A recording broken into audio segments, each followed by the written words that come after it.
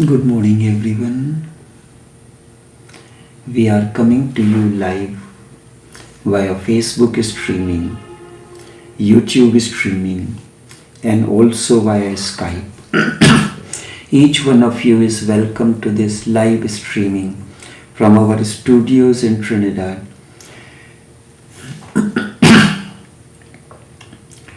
Tantra says, unless you are filled with light, you cannot help others. Unless you are filled with light, you cannot help others.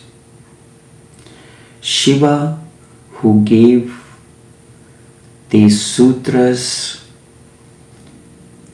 that are known as the sutras for meditation, Vigyan Bhairav Tantra, is an indescribable phenomenon beyond religion and all that is human imagination. Shiva is an indescribable phenomenon beyond religion and all that is human imagination. And his message through Vigyan Bhairav Tantra or anything else, be it different chantings, is flowering of this phenomenon. And also what is important, that we must have devotion within us. And what is devotion? Devotion is the inner quality, the flowering of the being. It is the utmost sweetness that a human being is capable of gathering within himself. Devotion is the utmost sweetness that a human being is capable of gathering within himself. It does not matter who you are devoted to, Shiva, Jesus, Muhammad, clouds, mountains, or even to your dog. The object of devotion does not matter. The object of devotion does not matter.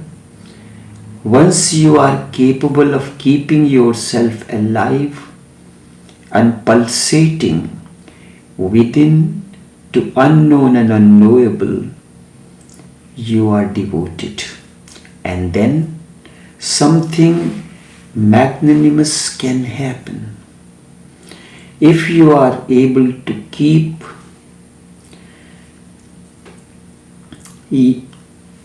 yourself alive and pulsating within with the unknown and unknowable, something magnanimous can happen.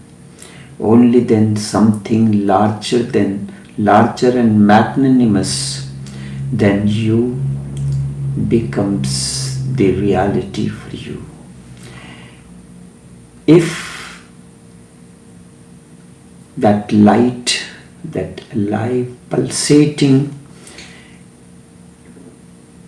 is within you, then something larger and magnanimous than you can become a reality for you. Tantra says, unless you are filled with light, you cannot help others. Why do you want to? Why others want help? They want help in job, in getting better. No. The only thing, the only help you can render to the others is to be enlightened, to get transformed. And this is very important. If your mother goes on saying and talking to you that I have sacrificed myself for you, she will torture you. If the husband goes on saying to his wife that I am sacrificing, he will be a sadist, torturer. He will torture because sacrifice is just a trick to torture others. We see in certain religions, in the name of sacrifice, we torture innocent ones. When a husband tortures his wife, wife is innocent, and he becomes sadist. Torture, sacrifice is just a trick under different garbs to torture the other, the innocent one. So those who are always sacrificing in the name of this and that are potentially dangerous. Beware of them. Be aware of them and do not sacrifice. The very word sacrifice is ugly. Enjoy yourself. Be bliss-filled. And when you are overflowing with your own bliss, then that bliss that is overflowing in you will reach others as well. And that will benefit them. Rather, you will feel grateful to others because they have obliged you, they have helped you to grow.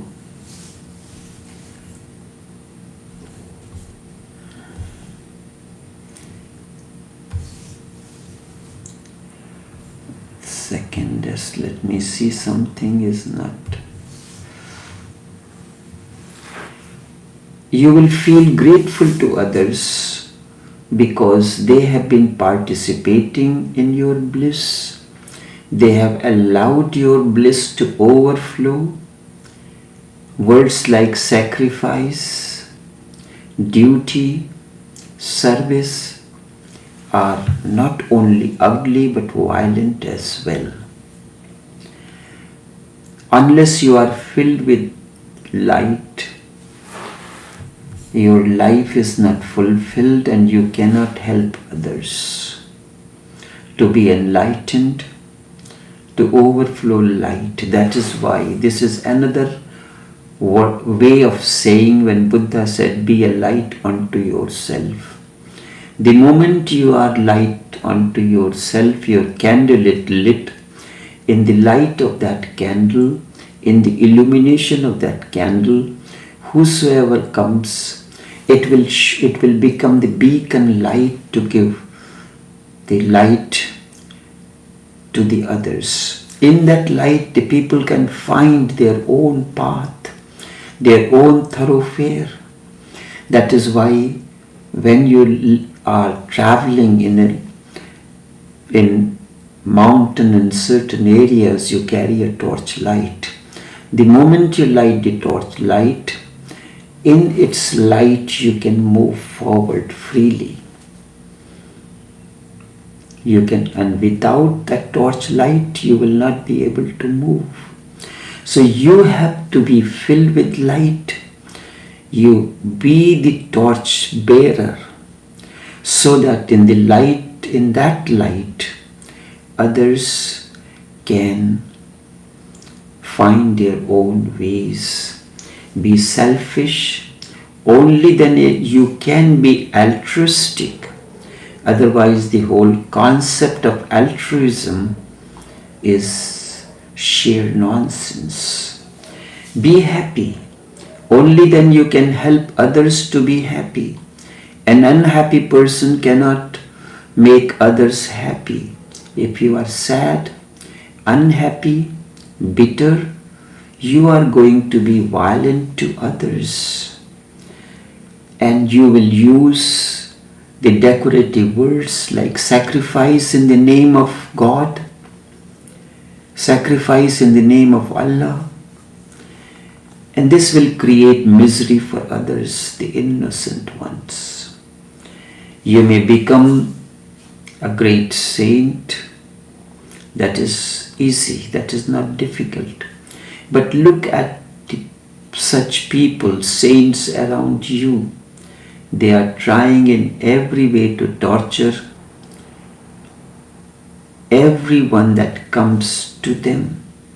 But their torturing is very deceptive. It is said they torture you for your own sake. They are torturing you for your own good. And because they are torturing themselves, you cannot say to them they are torturing themselves as well. You are preaching something to us which you are not practicing. They are already practicing it. They are torturing themselves. They have become sadist.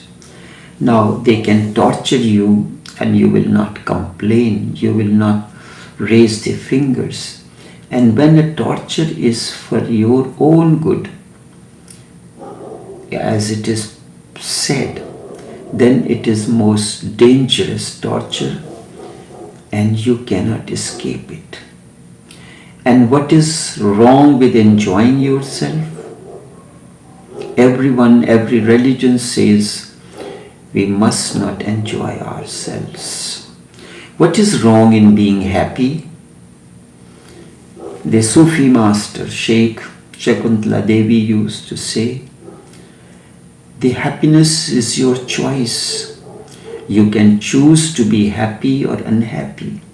The moment you choose to be happy, it is like the matchstick that lights the candle within you, and you become the light onto yourself. If there is anything wrong, it is always in your unhappiness, in your misery, because an unhappy person creates the ripples of unhappiness around him that creates an environment. And the sex act, the act of love, can be one of the deepest means through which bliss can be attained. Tantra is not teaching, this does not mean Tantra is teaching sexuality. Tantra is not teaching sexuality. It is simply saying that sex can be a source of bliss if that is the only source of bliss you have known. And once you know that bliss, you move forward, because now you are grounded. This bliss, this happiness is your reality. Whichever way you attain, that's a different matter. You can go further because now you are grounded in reality. One is not to remain in sex forever. You do not continue to eat throughout the day. You eat. And with that eating, a happiness comes to you, a satiation comes to you. And that is what is important.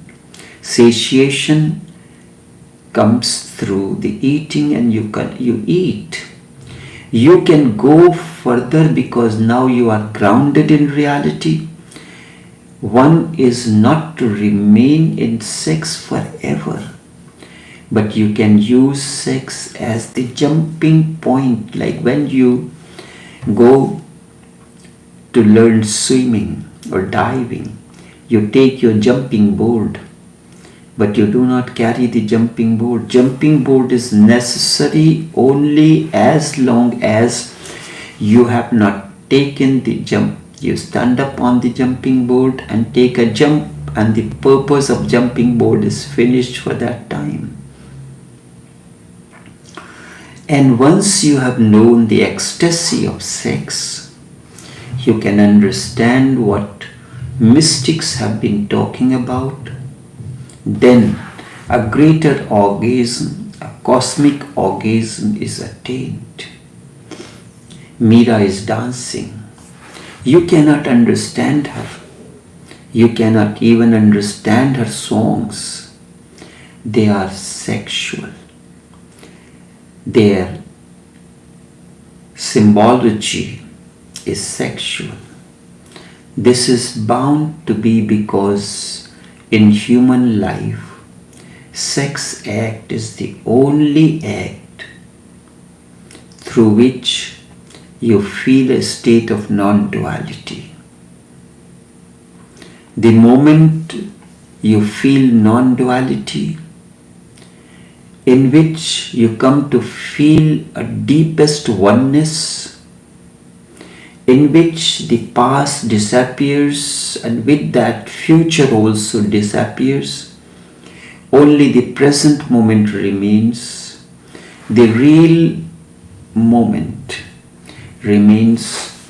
So all those mystics who have really known oneness with the divine, oneness with the existence itself, they have always used sexual terms, not sexual acts, sexual terms and symbols for their experience to express. Meera is expressing her oneness through her songs, dance and poetry, using the sexual terms and symbols because they are the best way to express the experience. There is no other symbology. There is no other symbology which comes near to it. Sex is just the beginning, not the end. The moment you consider it end, then you are doomed. Sex is just a beginning, not the end. But if you miss the beginning, you are bound to miss the end as well. And you cannot escape the beginning to reach the end. Without the beginning, you cannot reach the end. So it is important. Tantra takes life naturally and says, do not be unreal. Sex is there as the deepest possibility, a great potential. Use it. And what is wrong in being happy? Really, all moralities are against happiness. Someone is happy and you feel something has gone wrong.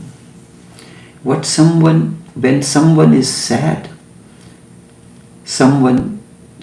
everything is okay, and that you understand, you accept it. We live in and that is the reason that we are living in a neurotic society where everyone is sad. If you meet someone and you do not talk about your misery, your problems, it is considered something is wrong with you. The moment someone talks about, you see someone, oh, I was feeling very tired, I was upset, I was very depressed, I didn't like the things. We live in a neurotic society where everyone is sad and sadness is accepted as the basic need of the society. When you are sad, everyone is happy because everyone can sympathize with you. You sympathize when somebody talks about his sickness, when somebody talks about his sadness, you sympathize. But how can you sympathize with someone who is happy, who have no problems, who does not discuss his problems with you? When you are happy, everyone is at a loss. Something is wrong with this man? If someone is happy, really happy, not complaining, you feel that something is wrong, what to do with you. When someone sympathizes with you, look at his face.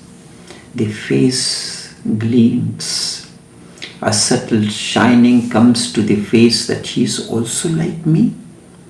I am having problems with my wife. He is also having problems with his wife. So your face, you are sympathizing, and you feel happy in sympathizing. If you are happy, then there is no possibility for this. If you are happy, who will sympathize with you? And you need sympathy, so you have to show unhappiness. If you are happy, then there is no possibility for this. Your happiness creates sadness in others. Your unhappiness creates happiness in others. This is neurosis. The very foundation seems to be maddened. Tantra says, be real, be authentic to yourself. Your happiness is not bad, it is good. It is not sin. Only sadness is sin. Only to be miserable is sin. To be happy is virtue. Because a happy person will not create happiness in others. You will give, you will share only what you have within you. If you are unhappy, you will share unhappiness. From you, the rays of unhappiness will emit out of you. Out of darkness, light does not emit. Out of light, out of the candle, the rays of light emit. Out of wood, no magnetic force emits. It is only out of a magnetic force. A force emits that is known as magnetic force. To be happy is virtue, because a happy person will not create unhappiness in others. Only a happy person can be a ground, can be a basis for the happiness of others. When I say Tantra is neither moral nor immoral, I mean Tantra is basically a science, a technique. It looks at you, at what you are. It means that Tantra is not trying to transform you, but it actually is not trying to transform you, but it actually transforms you through your reality. The difference between magic and science is the same as between morality and Tantra. Magic also tries to transform you simply through words, without knowing the reality. A magician can say now that rain will stop. He cannot really stop them. Or he can say the rain will come, but he cannot start them. He can just go on using the words. Sometimes coincidence will be there,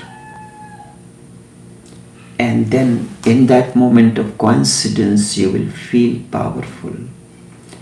And if the thing is not going to happen according to the magical prophecy, he can say, what has gone wrong? That possibility is always hidden in his profession. With magic, everything starts with if. He can say if everyone is good, virtuous, then the rain will come on a particular day. If the king does this, then the rain will come. If the rain comes, it is okay. If the rain does not come, then he will say everyone is not virtuous, because he has already created a magic that if everyone is virtuous, the rain will come. So if it comes, yes, I told you that once everyone is virtuous, the rain will come. If it does not, that means everyone is not virtuous. There is someone who is a sinner among you. Even in this century, the 21st century, there was a person well adored. Gandhi would say, when there was a famine in one of the states in India, he said it is because of the sin of the people living in Bihar, in that state, that the famine has come. As if the whole world is not sinning and there is no magic. There is no famine. Because there is famine, so he says that the famine is there because the whole world, because the people in that state is sinning. What about the other countries, other places where people are not sinning? The magic starts with if. And if is great and big. And that if is great and big. Science never starts with if. Because science first tries to know the real, what the reality is, what the real is. Once the real is known, it can be transformed. Once you know what electricity is, it can be changed, transformed, used in myriad ways to bring happiness to you, comfort to you. A magician does not know what electricity is. Without knowing electricity, he is going to transform. Electricity means the energy. He is thinking to transform. And those kind of prophecies are just false and illusions. Morality is one such magic. It goes on talking about perfect man. Perfection is not the way. The Sufi poet's shair says, "Bana bana ke dunya mitai jati hai." Every time the world is created and it is destroyed. Zurur koi kami hai ki pai jati hai. Certainly there is some shortcoming. That's why this process continues. A perfect man remains as a dream. Perfection is neurosis, because in existence nothing is perfect. Perfection means the end to the process of growth. You have reached, and the progress happens when there is a continuous process of transformation. It is used just to condemn the real man. Man never reaches it. Tantra is science. Tantra says first know what the reality is, what the man is. Do not create values, unnecessary values. Do not create ideals either. And right now, first know what is. Do not think of the ought. Just think of is. And once is known, means what is known, change is possible. If you say you ought to do this, no. What is your present state? And then you have this secret. Only this much for this morning. Until we meet again, take care and do have a pleasant day.